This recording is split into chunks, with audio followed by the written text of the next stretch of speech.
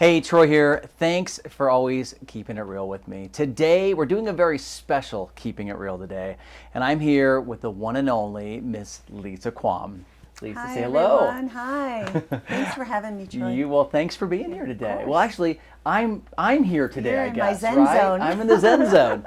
I'm here with Lisa Quam, and today it's all about luxury. Luxury is such a fun, sexy topic to talk about that everyone always asks questions about, just because of the mystique behind it. And when I was thinking about luxury and doing a piece, I got to know Lisa a couple of years ago, and I'll share a fun little story about Lisa. Lisa came to me about a year ago, and she goes, "Troy, I think I might be ready to shift gears for the first time in my life. You know, I've been with Prudential / Berkshire Hathaway for going on 20 years, and I think I'm ready for a change." And so we sat down, and I said, "Tell me more about that."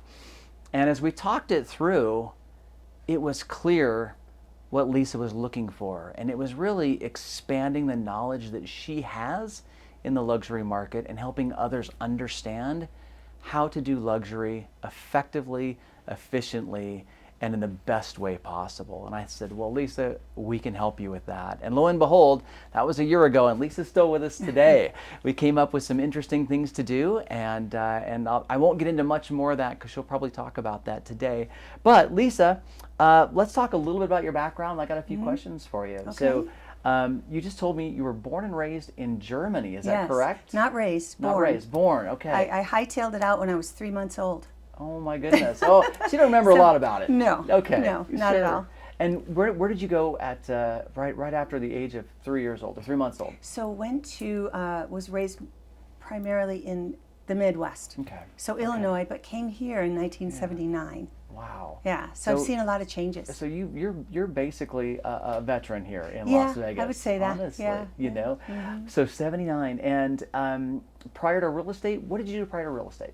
So prior to real estate, I was an executive assistant to the vice president of an architecture firm here in Las Vegas, JMA Architecture Studios, which is now EV&A Architecture Studios. Wow. One of my favorite people on the planet, Advance, and it was such a pleasure to work with him. So I learned a lot about architecture, design. You know, and when I go into a building, I look up. It's like instinctual, right? So so I did that, and then I was a stay-at-home mom because I had a child. Yeah. And I raised him until he was 5 and sent him off to school. And then when Kyle started going to school, I was like, okay, now what? So that's when I called Florence and I said, I think I know what I want to be when I grow up. But I didn't want to learn from anyone but her. And she said, absolutely. Yeah, and you know what I love, and we'll probably talk a little bit more about that today as we're talking, but is the loyalty that you have to Florence Shapiro and everything that she brought to this industry, to Las Vegas, and really she still touches your heart today in everything that you do. Mine and so many others. We've had, and Ivan was great too, both of them. Yeah. I was very lucky to be afforded that. They were very gracious in helping me to achieve my goals, which was wonderful. And there were many people on our team that we still talk about it today, like Mary Thomas and a few others, where we're just so grateful for what both of them gave to us. Yeah.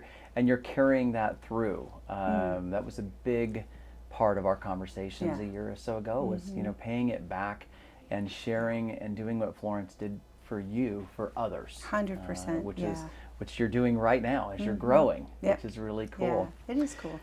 Well, I would love to ask some key questions that I know everyone wants to understand more, specifically those that maybe haven't broken into the luxury market yet. And I'm wondering if you could share some key strategies that you use to market and sell your luxury properties effectively. So for marketing, I do utilize high-end luxury magazines. So Vegas Magazine is one of them. My Vegas is another. I used to advertise in the DuPont Registry, but they've kind of flipped and have put a different magazine out. So Unique Homes is another one. That's more nationwide. So I do that.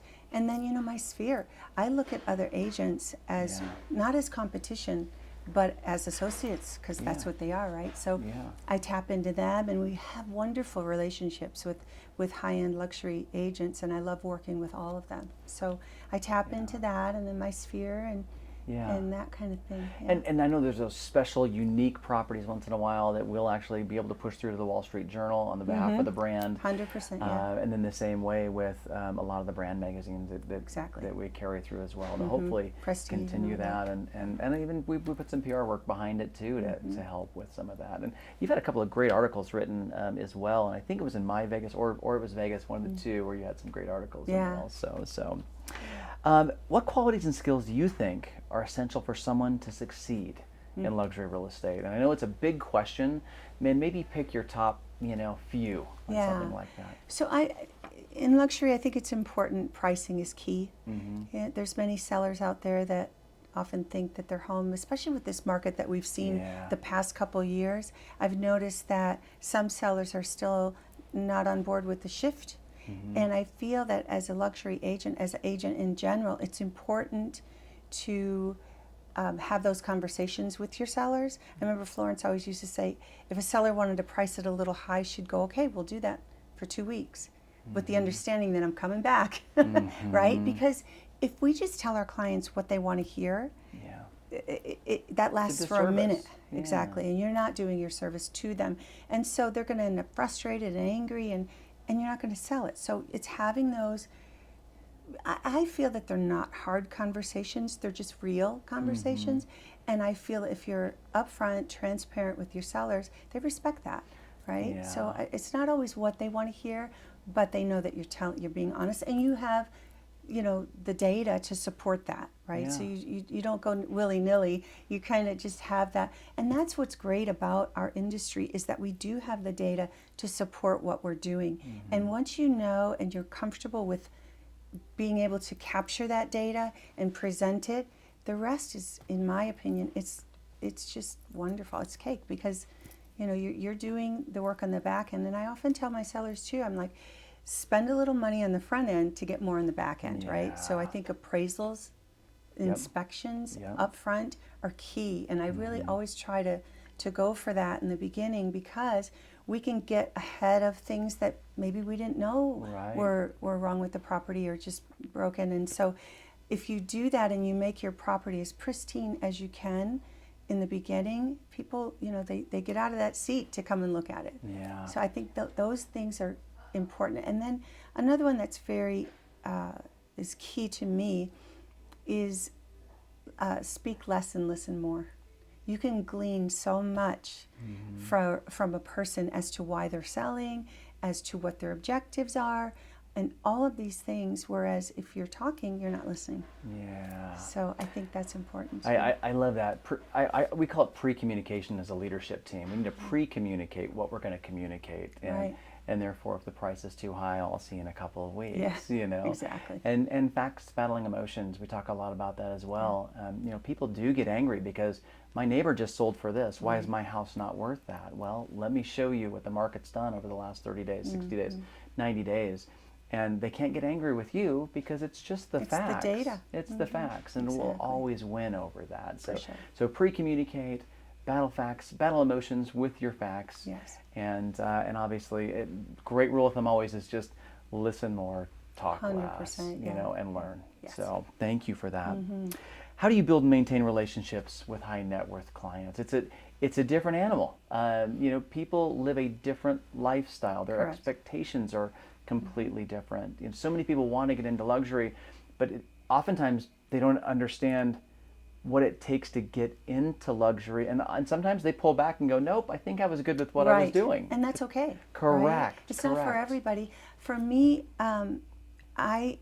people say the term white glove service, right? And they probably throw it around a lot, but I truly believe that I do offer a white glove service. What is that? Well, that is taking care of everything. I go to these properties and I look at them and I'm like, guys, you need to put some flowers here. You need to do that. And I help facilitate that.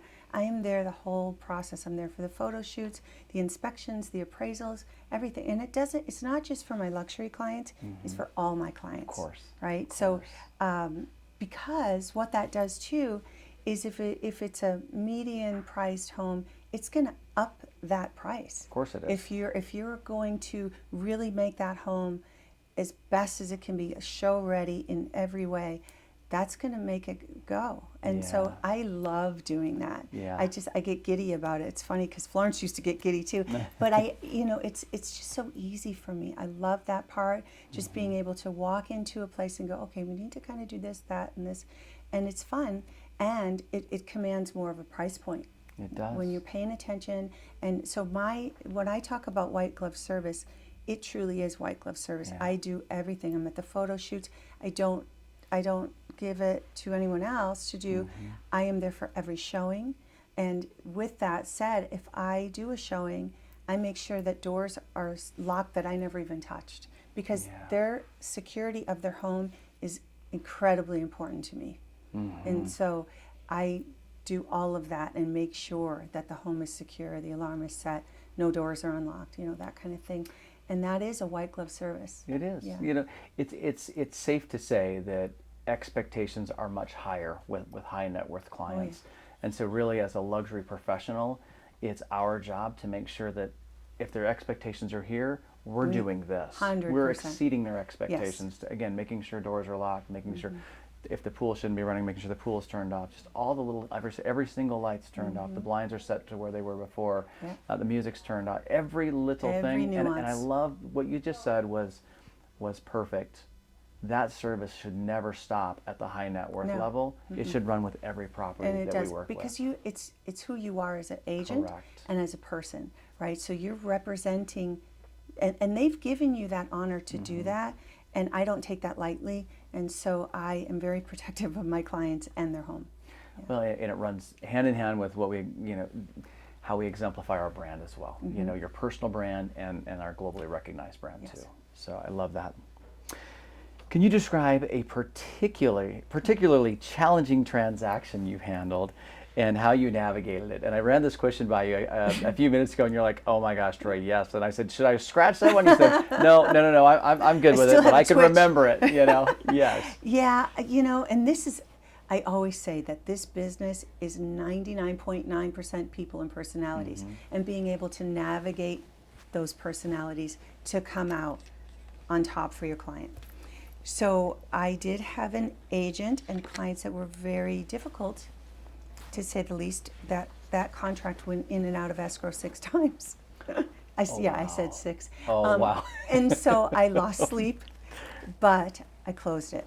And I will say it was a high-end commercial broker that was the seller.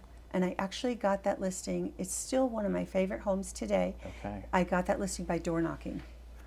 Wow. And the husband says to the wife, he goes, "You don't even know this person, and you're giving her the listing?" And she's like, "If she has the guts to knock on my door, I'm giving her the listing." So we got the listing, and yes, we had some challenging people on the other end of the spectrum, and I just wasn't going to let it die.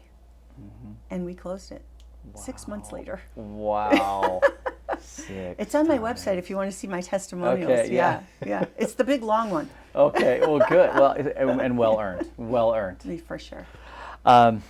What trends are you currently seeing in the luxury real estate market, and how do you adapt to these changes today? That's Because a great things are question. always changing. They are.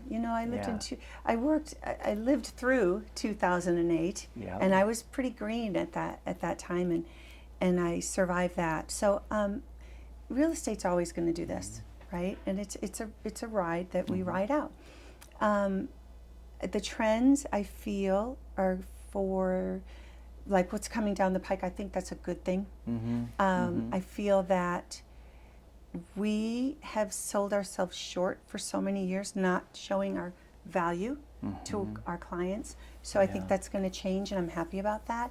I also see trends, because I look on MLS every morning. It's part of my routine kind of thing. And so I'm seeing a lot of price reductions. I think people are realizing that it's a different market than it was a year, even obviously 2 years ago, but it's different, and it'll always kind of go through that. But having your finger on the pulse of what's happening is key in markets like this, because it is shifting and we're in the middle of a shift. So I think being aware of that is important. Yeah. And I don't think it's in luxury, We're still doing great. I mean, we've got some things coming down the pike with the studios coming and things like that. So luxury always does well in Las Vegas, and we've got great, exciting projects coming up, like, you know, the Four Seasons out there in Henderson, and just, you know, the Summit is rocking. So we have wonderful neighborhoods that have been here a long time, like Eagle Hills, some others that are just beautiful and have that longevity, whereas all you see are dumpsters in the neighborhood because it's location, right? Yeah. And so you see the turnovers, and the prices are reflecting that. So it's interesting. Vegas is an interesting place to be in terms of luxury. It is. And I'm not intimidated by what's down the pike. I'm actually glad for what's coming. Yeah, and I would say, just to break off of what you were talking about, luxury in Las Vegas, you know, I've been in Vegas now for 5 years, and from what I understand and what I've witnessed is luxury has skyrocketed over the last 5 years. Oh, God, it's yeah. one of the places to be. If not the place. If not the place, correct. So much money has come in from California. Yep. I know a lot of it's left and gone back to California too, which is interesting. There's two yeah. sales there, you know, Yes. and a lot of investment money as well. But Right. but luxury, you know, well, the main level or the mainstream market is shifting a little more dramatically than the luxury market, for sure. Are you saying you're seeing, this is June 6th while we're shooting this, by the way, 2024, but are you saying the luxury market is maybe tapering off a little bit right now, or is it still pretty red hot? But remember too, we're in the summer. Yeah. So that's Oh, yeah. a normal thing. Of course. Right? So of course, yeah. we're going to see that right now. I don't think it's tapering off drastically. I don't know how much of it is normal season. Right. And so it'll be a better indicator come fall when we get our second kick, because Yeah. usually we get a nice springtime when the weather's nice, and then again in the fall before the kids go back to school. But from what I'm seeing, luxury is still doing great. Yeah. Still doing great. I'd say most indicators I've seen the same thing as well. Yeah. So it's exciting. It's is. a great place to live. It's a great place to be. You know, in all, you know, we're in, Lisa, you know, we're in 3 main markets, from Southern California to Arizona to here. In all those markets, luxury is continuing to grow and grow and grow. It's a great place to be. Well, no state tax so far.